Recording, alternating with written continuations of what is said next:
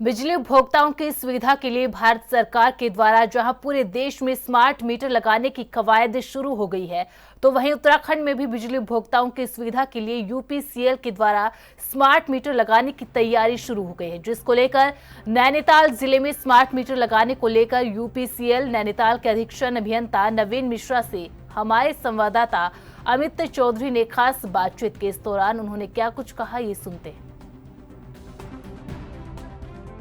भारत सरकार के द्वारा चलाई गई योजना स्मार्ट मीटर के तहत पूरे राज्य में स्मार्ट मीटर लगाने की जो कवायद है वो तेज हो चुकी है और उत्तराखंड में भी लगातार स्मार्ट मीटर लगाने को लेकर के बिजली विभाग के जो अधिकारी हैं, कर्मचारी, वो लगातार यहाँ पर अब कार्रवाई तेज कर रहे हैं।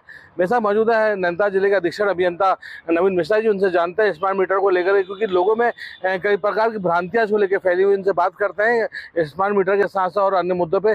सर, उत्तराखंड में स्मार्ट मीटर लगाने को लेकर के कवायद तेज हो चुकी है, नैनीताल जिले को लेकर के सर आपके पास जिम्मेदारी किस प्रकार से ये कार्रवाई रहने वाली है और इसमें क्या क्या होने वाला है सर? स्मार्ट मीटर की परियोजना संपूर्ण राज्य के समान ही हमारे जनपद में भी शुरू हो गई है।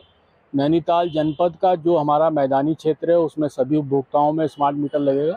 उसके अलावा जो हमारे पर्वतीय क्षेत्र हैं उसमें जो नगर निकाय क्षेत्र हैं, मतलब नगर पालिका और नगर पंचायत क्षेत्र, उनमें स्मार्ट मीटर लगाया जाएगा। उसको छोड़कर जो पर्वतीय क्षेत्र के ग्रामीण अंचल हैं उनमें भी स्मार्ट मीटर लगाने का इस फेज़ में प्रावधान नहीं है, अगले फेज़ में प्रावधान होगा। टोटल जनपद में हमारे 1,72,000 लगभग उपभोक्ता हैं जो स्मार्ट मीटर परियोजना से लाभान्वित होंगे। और ये जो स्मार्ट मीटर लगाए जा रहे हैं इसमें कोई भी धनराशि उपभोक्ता पर इसका प्रभाव नहीं पड़ेगा। ये भारत सरकार और उत्तराखंड सरकार के संसाधनों से इस योजना का जो व्यय भार है वो वहन किया जाएगा। हमारे जनपद का जो काम है वो messrs Adani energy solutions private limited के पास है। अभी वर्तमान में हमने पूरे जनपद में सर्वे की प्रक्रिया चल रही है और सर्वे हमारा लगभग 80-90% कंप्लीट हो गया है। और सर्वे के आधार पर अभी जो हमारे विभाग के बिजली घरों पर और ट्रांसफार्मर्स पे जो मीटर लगने हैं वो प्रक्रिया अभी हमारी गतिमान है। ये हम अपने ट्रांसफार्मर और 11 kV फीडर्स में मीटर लगाने के बाद फिर उपभोक्ताओं के परिसर पर मीटर लगाएंगे। ये जो मीटर हमारा लगेगा ये प्रीपेड आधार पर लगने वाला मीटर है। और जो उपभोक्ताओं की बिलिंग में गड़बड़ियां आ जाती थी मानवीय त्रुटि के कारण, वो सभी गड़बड़ियां हट जाएंगी।